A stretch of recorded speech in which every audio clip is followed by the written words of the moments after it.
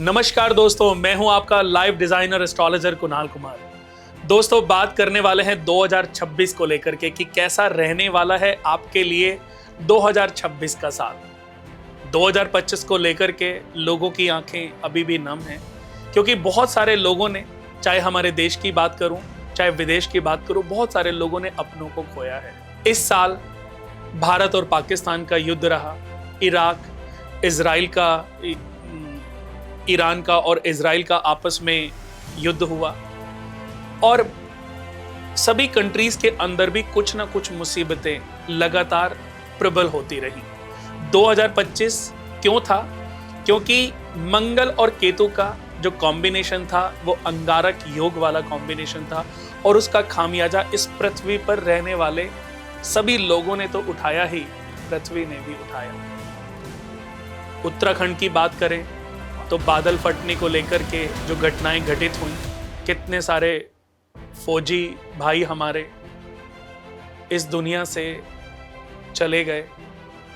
ऐसे ही पंजाब की बात करें तो पानी ने जो कहर भर पाया, कितनी फसल नष्ट हुई और कितने लोगों ने अपने घर को खो दिया। तो सभी की आंखें अब 2026 पर बेसब्री से टिकी हैं, क्योंकि 2026 कैसा होने वाला है, कैसा ये साल होगा।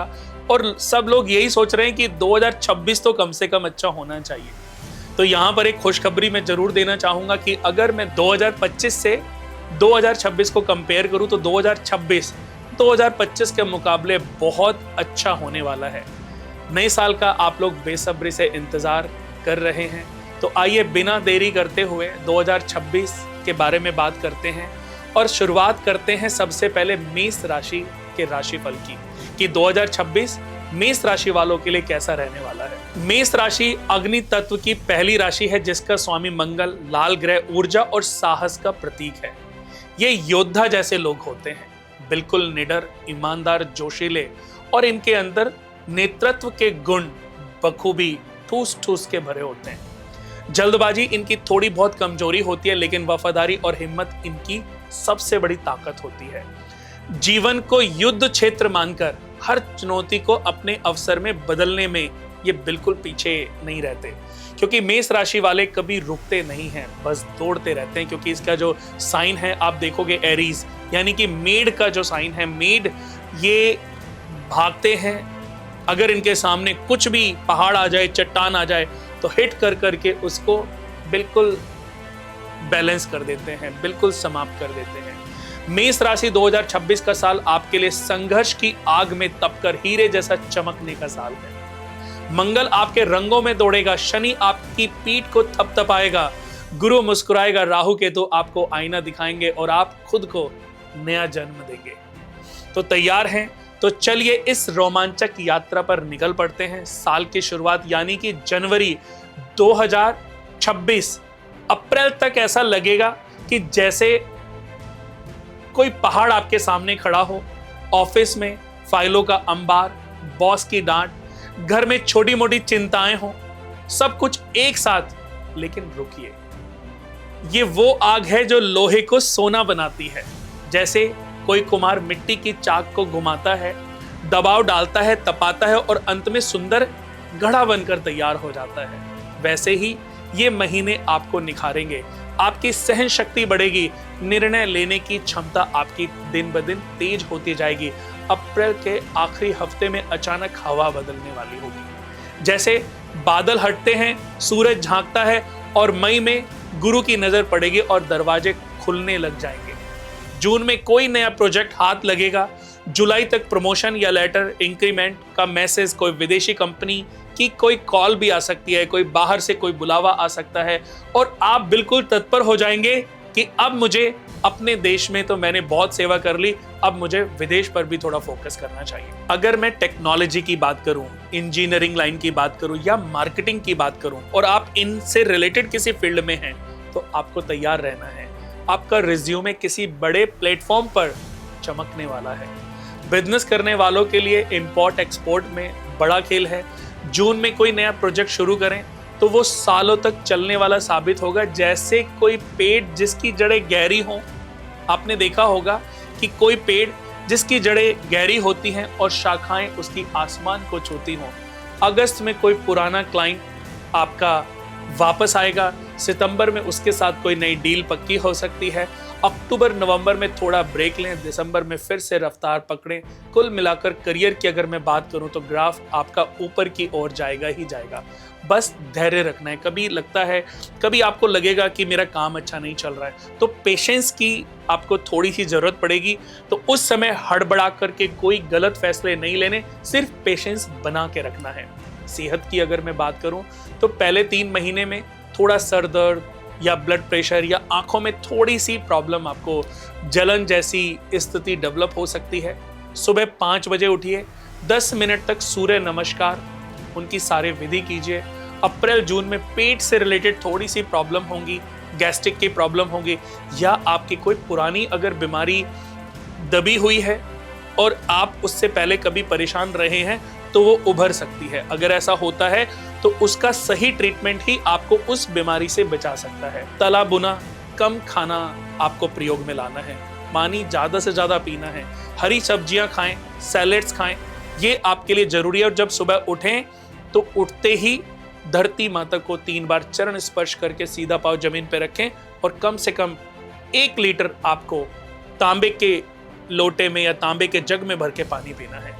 जुलाई से सितंबर तक अगर मैं बात करूं तो आपकी एनर्जी हाई लेवल रहेगी। ये वो समय होगा जब आप जिम जाएंगे, दौड़ लगाएंगे, खुद को नया रूप देंगे। अक्टूबर के बाद नींद की कमी और जोड़ों में दर्द थोड़ा सा परेशान कर सकता है। रात 10 बजे की बात करूं, 11 बजे की बात करूं तो सोने की आदत आपको थोड़ी सी डालनी होगी या थोड़ी सी अपनी आदत चेंज करनी होगी। आप लेट नाइट तक जागते हैं तो आपको वो थोड़ा सा उसको बिफोर आदत डालनी पड़ेगी। जैसे अगर आप 12-1 बजा देते हैं तो आपको 9-10 तक सोना चाहिए अगर आपको अपनी एनर्जी को अपग्रेड करना है, हाई करना है। गुनगुने दूध में हल्दी मिलाकर के पीना, ये आपके लिए ब्रह्मास्त्र उपाय है आपके स्वास्थ्य के लिए। हर रविवार को लाल चंदन का तिलक लगाएं, मंगलवार शांत रहेगा, मन प्रसन्न रहेगा। साल के अंत में कोई छोटी मोटी चोट अगर लगती है तो ये घबराने वाली स्थिति नहीं है, इससे बिल्कुल घबराएं नहीं, क्योंकि ये समझ लीजिए कि कोई बड़ी मुसीबत छोटी में उतर के चली गई। वाहन चलाते समय आपको सावधानी बरतनी है। कोई एक्सीडेंट, दुर्घटना आपके साथ घटित हो सकती है। अगर व्हीकल आप आराम से चलाएंगे तो बड़ी मुसीबत चली जाएगी और तेज चलाएंगे तो बड़ी मुसीबत परेशान कर सकती है। कुल मिलाकर सेहत की अगर मैं बात करूं तो 70 से 80% अच्छी रहने वाली है। बस नियमित दिनचर्या आपको बना के रखनी है। फाइनेंस का ग्राफ ऐसा है, पहले नीचे, फिर ऊपर, फिर आसमान को छूता हुआ, और आप अपने रिश्तेदारी में, अपने परिवार में, अपने जो फ्रेंड सर्कल है उसमें आप एक अलग इमेज, अलग दर्जा बनाने वाले हैं। अगर मैं बात करूं जनवरी मार्च में खर्चे थोड़े से ज्यादा रहेंगे, उन पर थोड़ी सी लगाम कसनी है। पुराना कर्जा चिंता बढ़ा सकता है, उनकी कॉल्स आ सकती हैं या वो थोड़े परेशान कर सकते हैं। चेक बाउंस हो सकता है, तो अपना बैंक बैलेंस सावधानी पूर्वक देख करके आप आगे चेक देते रहें, क्योंकि ये थोड़ी प्रॉब्लम, गवर्नमेंट थोड़ी सी प्रॉब्लम आपको परेशान कर सकते हैं, मेडिकल बिल। लेकिन बिल्कुल घबराना नहीं है, क्योंकि फिर मैंने बताया कि मेष राशि वालों की सिर्फ वीकनेस क्या होती है कि अगर इनकी स्पीड में कोई बाधा उत्पन्न हो जाए तो ये बहुत जल्दी अनपेशेंट हो जाते हैं, बहुत जल्दी घबरा जाते हैं, और उस घबराहट में अपने जो आगे आने वाले जो डिसीजन हैं, जो आगे आने वाले महीने की ग्रोथ है, उसको भी खराब कर सकते हैं। तो बिल्कुल भी आपको अनपेशेंस नहीं होना।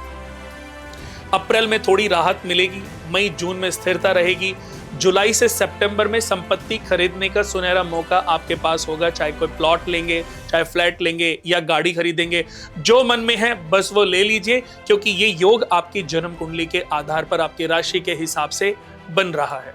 अक्टूबर के बाद पुराना पैसा वापस आएगा, कोर्ट का फैसला आपके पक्ष में होगा अगर कोर्ट कचहरी से रिलेटेड कोई बात आपके जीवन में चल रही है। कोई पुराना निवेश भी, अगर कोई पुरानी इन्वेस्टमेंट, चाहे वो शेयर में, चाहे प्रॉपर्टी में है, चाहे आपने कहीं पर अगर आपने कर रखी है, तो वो अच्छा रिजल्ट आपको देने वाली, यानी कि अच्छे पैसे आपको रिटर्न बैक आने वाले हैं। कोई रिश्तेदार भी आपको आपकी मदद को हाथ आगे बढ़ाएगा, और आपके पास अगर फाइनेंशियली कोई ट्रबल है तो वो ट्रबल आपका दूर होगा। नवंबर में कोई बड़ा ऑर्डर भी मिलेगा। दिसंबर में बोनस या गिफ्ट मिल सकता है अगर आप जॉब में हैं। नवंबर और दिसंबर में शेयर मार्केट से दूर रहना है। सोना या प्रॉपर्टी में पैसा लगाएं, और ऐसा नहीं कि आपने शॉर्ट टर्म लगाना है, आप उसको खरीद के रखें। प्रॉपर्टी लें, अपने नाम पर रजिस्ट्री कराएं, रख लें। गोल्ड आपके पास 10 ग्राम या 50 ग्राम, 100 ग्राम, 500 ग्राम, जो भी खरीदने की क्षमता है वो लेके खरीद के डाल लें, क्योंकि आगे आने वाले समय में उसके माध्यम से भी आपकी लाइफ में अच्छा रिटर्न बैक आपको प्राप्त हो सकता है। हर अमावस्या को 11 रुपए, 21 रुपए, 51 रुपए, 100 रुपए या किसी गरीब को खाना खिलाएं या उसको दान करें। जो बीज आप बो रहे हो उसी की फसल काटने के लिए आपको तैयार होना है। कुल मिलाकर वित्तीय स्थिति मजबूत होने वाली है। प्लस लिवली कोई खर्चा, कोई प्लान ना करें। कई बार आदमी की प्लानिंग में नहीं होता और अचानक से किसी ने कोई आपको अपॉर्चुनिटी दी और आपने उसमें पैसा इन्वेस्ट कर दिया, तो एक झटके में डिसीजन ना लें, ये आपके लिए मुसीबत का कारण बन सकती है। प्रेम और परिवार में खुशियां बरसने वाली हैं। अविवाहित हैं तो मार्च अप्रैल में कोई ना कोई खास इंसान आपकी जिंदगी में आएगा और आपकी जो स्लो मुस्कान है या आपका जो चेहरा है उसमें मुस्कान भर देगा, या आपकी मुस्कान उसके दिल को छू लेगी, या कोई ना कोई चीजें ऐसी घटित होने वाली हैं जो आपकी रातों की नींद उड़ा सकती है। कोई ना कोई आपकी लाइफ में एंट्री करने वाला है। मई में डेटिंग, जून में कमिटमेंट और जुलाई में, अगस्त में, सितंबर में आपकी शादी पक्की हो सकती है। मंगनी की मिठाई, शहनाई की धुन, घर में रौनक ही रौनक। वैवाहित हैं तो जीवन साथी के साथ पुरानी यादें ताजा होंगी। कोई सरप्राइज ट्रिप, कोई रोमांटिक डिनर प्लान कर सकते हैं। इससे आपके रिश्ते को और मजबूती मिलेगी। घर में शुभ समारोह जैसे बच्चे का जन्म, गृह प्रवेश, कोई रिश्तेदार की शादी जो आपके बहुत क्लोजली होगी, जिसमें आप पूरा अपनी फैमिली की तरह इनवाइटेड होंगे और बहुत एंजॉय करने वाले होंगे, तो ऐसा कोई सरप्राइज मैरिज आपकी लाइफ में आ सकती है। लेकिन अक्टूबर में अहंकार से बचना है, बहस से बचना है। छोटी मोटी लड़ाइयाँ, छोटी मोटी बातें बड़ी बन सकती हैं, जिससे आपके रिश्ते बिल्कुल खराब होने की कगार पे जा सकते हैं, तो उससे सावधान रहना है। नवंबर में कोई पुराना झगड़ा भी सुलझ सकता है। दिसंबर में परिवार के साथ छुट्टियां भी मनाने के लिए आप परिवार के साथ कहीं बाहर जा सकते हैं। शाम की चाय, हंसी मजाक की छोटी छोटी बातें बड़ी खुशियों में बदल सकती हैं। कुल मिलाकर रिश्ते मजबूत होंगे। बस ईगो पर आपको काबू रखना है।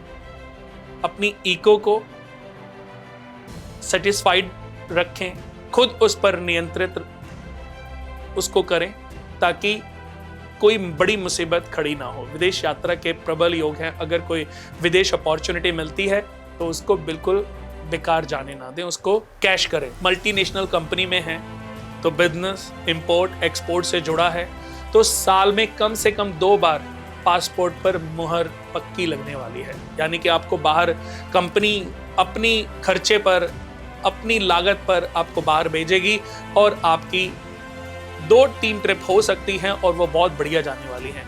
पहली यात्रा मई जून में, दूसरी अक्टूबर नवंबर में और तीसरी कभी भी हो सकती है। ऐसे समझ लीजिए। खर्चे थोड़े से बढ़ सकते हैं लेकिन कमाई भी दुगनी तिगनी होगी। कोई नया कॉन्ट्रैक्ट साइन होगा, कोई बड़ा ऑर्डर मिलेगा। यात्रा से पहले सारे काम निपटा लें, सेहत का ध्यान रखें। जैसे कोई योद्धा, मैं अगर उदाहरण दूं तो जैसे कोई योद्धा युद्ध से पहले तलवार को तेज करता है, उसमें धार लगाता है, तो ऐसे ही आपके लिए समझ लीजिए ये साल आने वाला है। अपने आप को आपको तैयार करना है। कुल मिलाकर विदेश से भी लाभ निश्चित प्राप्त होने वाला है। अब बात करते हैं शनि की 7.5 की, क्योंकि ये आपके जीवन का एक बड़ा फैक्टर है। ज्योतिष शास्त्र के अनुसार 7.5 तब शुरू होती है जब शनि आपकी चंद्र राशि से 12वें पहले या दूसरे भाव में गोचर करता है। मेष के लिए फरवरी 2023 से शुरू हुई थी। जनवरी से मार्च 2026 तक शनि कुंभ में रहेंगे, यानी कि 7.5 का पहला चरण 12वां भाव। इस दौरान खर्चे थोड़े से ज्यादा रहेंगे, क्योंकि कहते हैं ना कि शनि जहां पर बैठते हैं वहां से चीजों को बढ़ा देते हैं। तो खर्चे के घर में बैठे हैं तो शनि खर्चों को बढ़ाएंगे। लॉसेस, अस्पताल, दूर की यात्राएं, फिजूल खर्चे, विदेश यात्रा, ये सब चीजें देखी जाती है। मानसिक तनाव, पुरानी चिंताएं। लेकिन 13 मार्च 2026 से शनि मीन में प्रवेश करेंगे, यानी कि 7.5 का दूसरा चरण, पहले भाव। ये सबसे कठिन लेकिन परिवर्तनकारी चरण होगा। ये सबसे कठिन लेकिन परिवर्तनकारी चरण होने वाला है।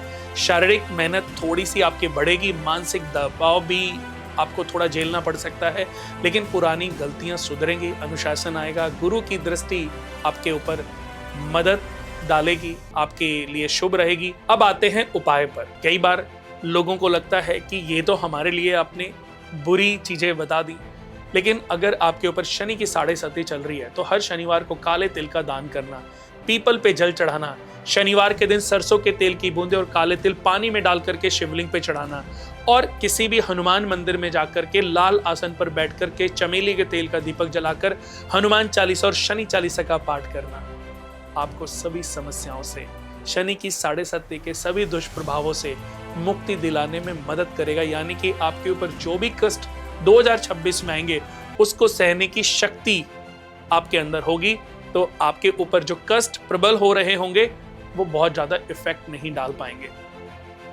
मेष राशि तैयार रहे, चुनौतियां आएंगी। राहु का प्रभाव अक्टूबर में भ्रमित करने वाला है।